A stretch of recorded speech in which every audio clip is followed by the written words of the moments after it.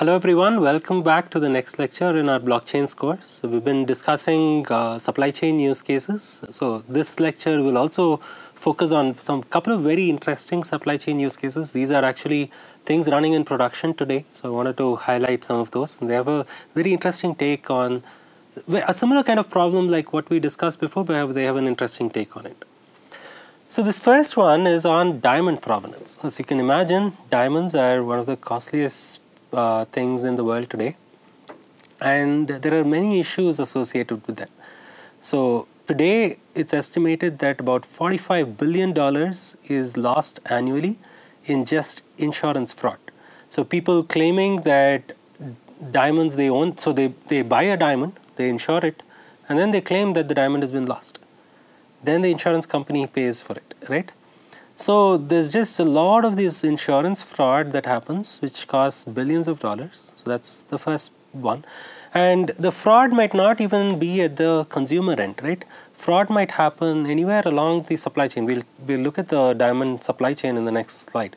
All the way from just mining a raw diamond to polishing it, cutting it, and so on till it reaches a retail store. There's a lot of these steps involved, and fraud could actually happen in any of these steps. And it's estimated that about 65% of all fraudulent claims go undetected. So you don't even know that these are undetected. And these are all statistical estimates, right? So take them with a pinch of salt. But they are, at least we know that there is a big problem. The 65% number might be higher or lower, but we know that there's a big problem where a lot of this fraud goes undetected today. And people actually detect some of this after they pay out, right? So that sometimes that also is a problem. Once if you've paid out, how are you going to recover that money, even if you detect that it was a fraud? And about $2 billion is the annual cost of just jewelry fraud, not overall diamond industry. Just once they have become jewelry, it's about $2 billion. So here on the left are some of the steps involved. So you're going to be mining from a mine. And let's say this is in South Africa, for instance, they mine a lot of diamonds. Then you're going to do a rough assortment of them based on, you're going to quickly look at them, look at whether they are high quality, low quality. There are different aspects to it, the size and so on. They all have an effect on the eventual price that you can get from that diamond. Then you kind of plan, what are you going to do with this diamond, right? So is this, some of the diamonds actually get used in industrial use cases, right? Some of them become jewelry, right? So you kind of decide what you're going to do with this diamond. Then there's some laser cutting involved to bring them to a good shape, right? So that they can be maybe used in industrial devices or in jewelry. And then there's some polishing to make that look shiny and nice and bright. Then there's certification. Now, another major problem in the diamond industry is actually blood diamonds, if you've heard about it. So diamonds have been used as a means of funding terrorist activities, predominantly in Africa, in many countries there. And people lose their lives over diamonds, right? So there's a big push by several industry leaders in the space to actually eliminate blood diamonds. So there's a lot of regulation that governments are trying to put in to track and prevent the sale of blood diamonds. And blood diamonds are basically diamonds that are sold to fund war or terrorism or whatever you might call it. All those activities that actually affect human lives. After this kind of certification to say, okay, this has actually come from this place and it's not associated with a country that's using diamonds for war, then you can store, where is it getting stored? So there's a whole set of activities that are happening here. So Everledger is a very interesting startup that's working in this space. It's the only one I think that has made a significant progress in the space. Today they have over 2 million diamonds that they are tracking, almost right from the time they are mined till it reaches a retail store or a customer. It's built on Hyperledger Fabric, so they have something running in production, and they actually have a lot of these participants on board who are providing this information. So what are they doing? So they're actually tracking the provenance of diamonds from mines to jewelry stores, and their predominant use case is how do they combat fraud. And they have a very nice way of doing this. So today they measure about when the diamond gets mined and maybe right after polishing and cutting, they measure about 40 different physical attributes of the diamond. So this could be about, they'll pass a light through it and see how much light is getting refracted and what is the size of the diamond, what is the different cut and so on, right? So these are all physical attributes which together will uniquely be able to identify a diamond. So let's say what happens in today's world. Let's say a diamond gets lost.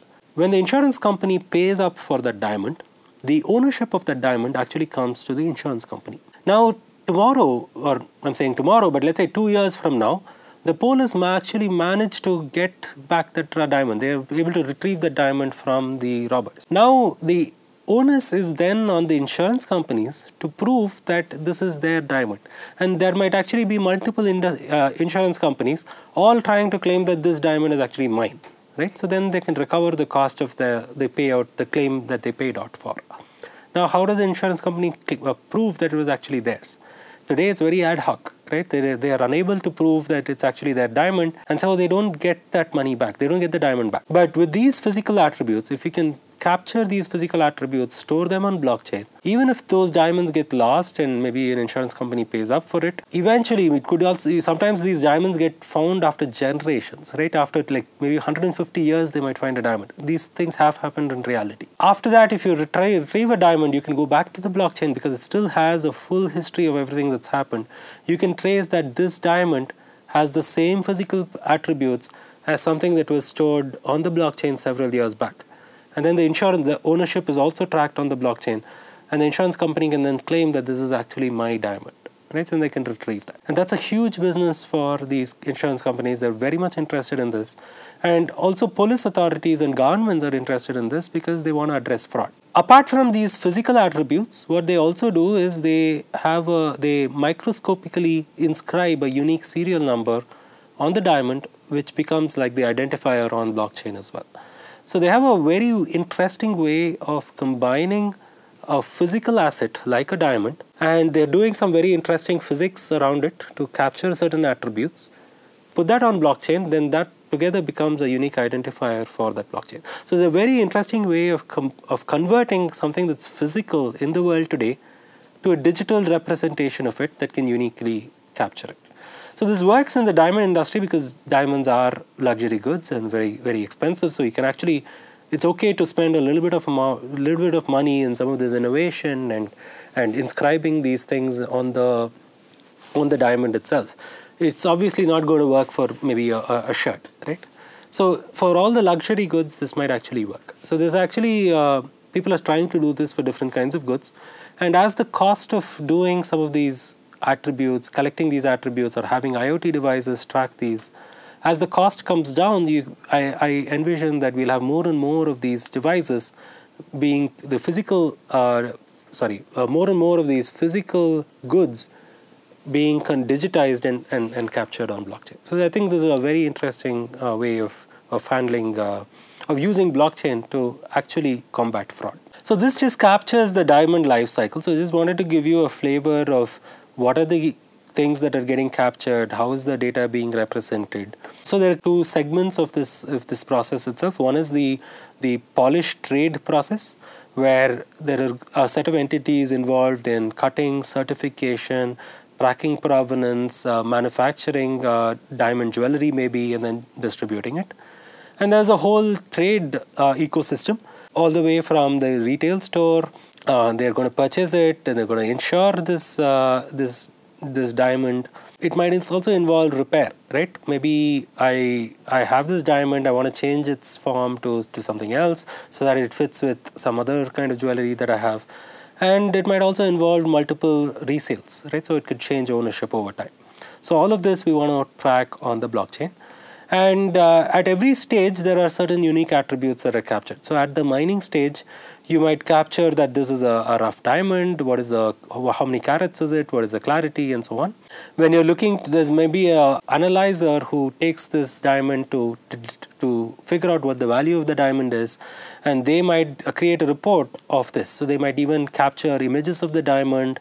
They might have some other data about the diamond. So this might be where you are capturing the various different attributes, the physical attributes of the diamond, putting that on the blockchain. And then at every stage, you will see that there are new documents, the new information that's added about this diamond or this piece of jewelry, right? So all the way from the mine to a wholesaler or even a retailer, right? So that's the kind of the process that Everledger is capturing. And along the way, they also have the certification process where you kind of handle the problem of blood diamonds and making sure. So there's a process called the Kimberley process that was brought into force maybe 15 years ago, 10, 15 years ago, that brings in certain regulations on what should and should not be done, especially to combat fraud and to combat blood diamonds. And the Everledger shows you proof that that process has actually been followed. So you can capture that process as a contract, as a smart contract on blockchain. So that was one very interesting use case. So let's look at another interesting use case. So this is also, this is on again the compliance side of things in the supply chain space. So here I actually have a process, might look a little complex, but I'll walk you through this whole picture itself. So there is a retailer who is buying certain goods from a supplier, and there is a carrier involved who is transporting these goods. So a simple scenario. So let's take examples, right? Retailer might be Walmart. A supplier might be an agricultural farm or somebody who's produced, let's say, mangoes. Now Walmart is going to send a purchase order to say, hey, I want 10 cartons of mangoes sent to this particular retail store. Now the supplier creates what is called a advanced shipment note. So this some of these are EDI messages, electronic data interchange. If you know about that, it's a standard message exchange format.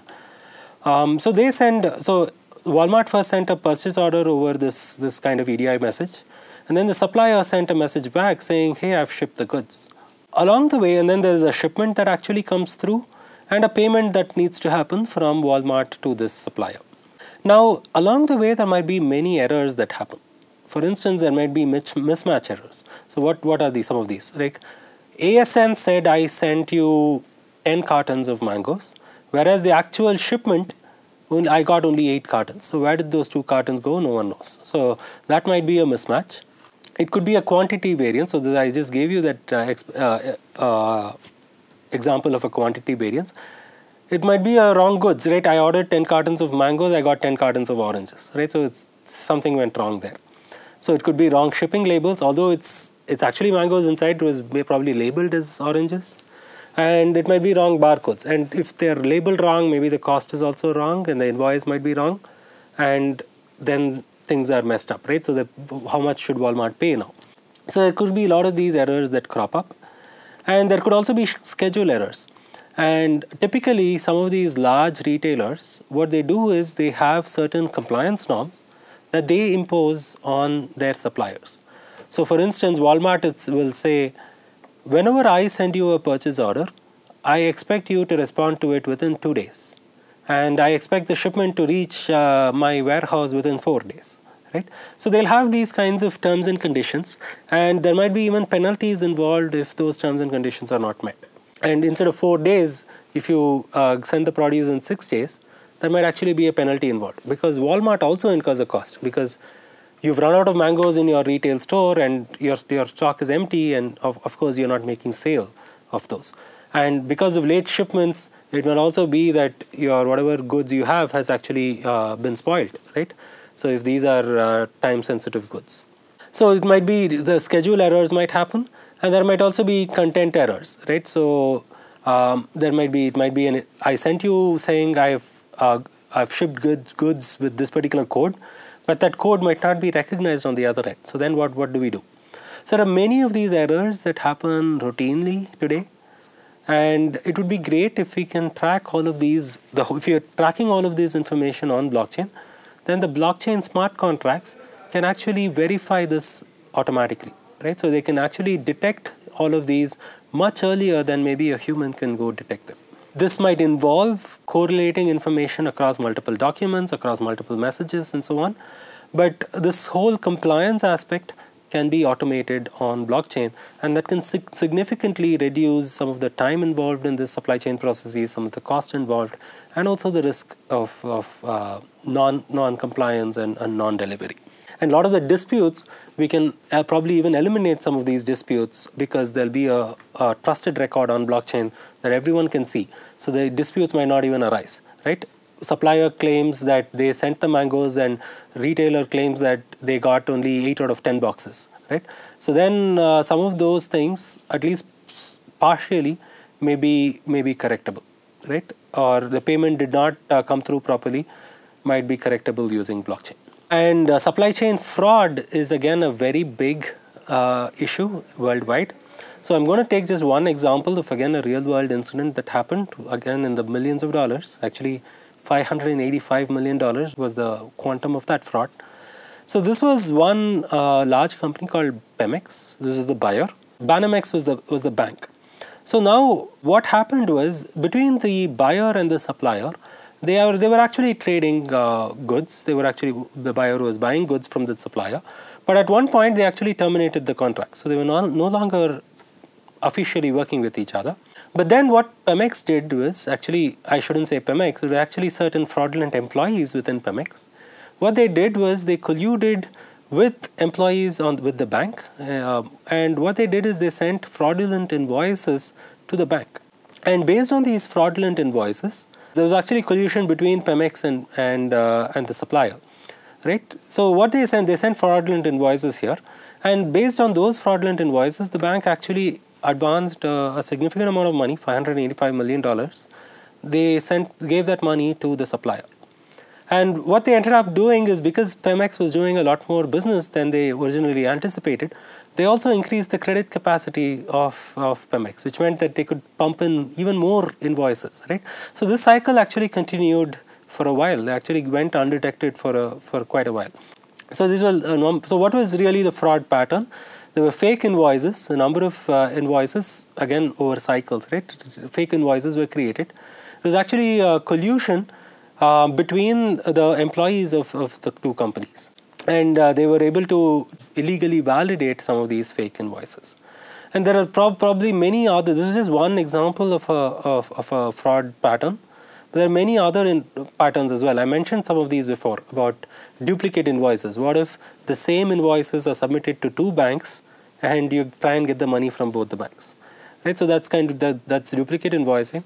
There's also under invoicing that also happens, right? So under invoicing and over invoicing. I might actually ship goods only for $100,000, but then I create a invoice for $1 million and ask the bank to pay up. Right, so there's a lot of that kind of fraud that happens in the global supply chain world today. And a lot of this is also because of some of the paper process, the physical paper documents, manual processes, and so on. Again, automating some of these on blockchain can make a tremendous impact.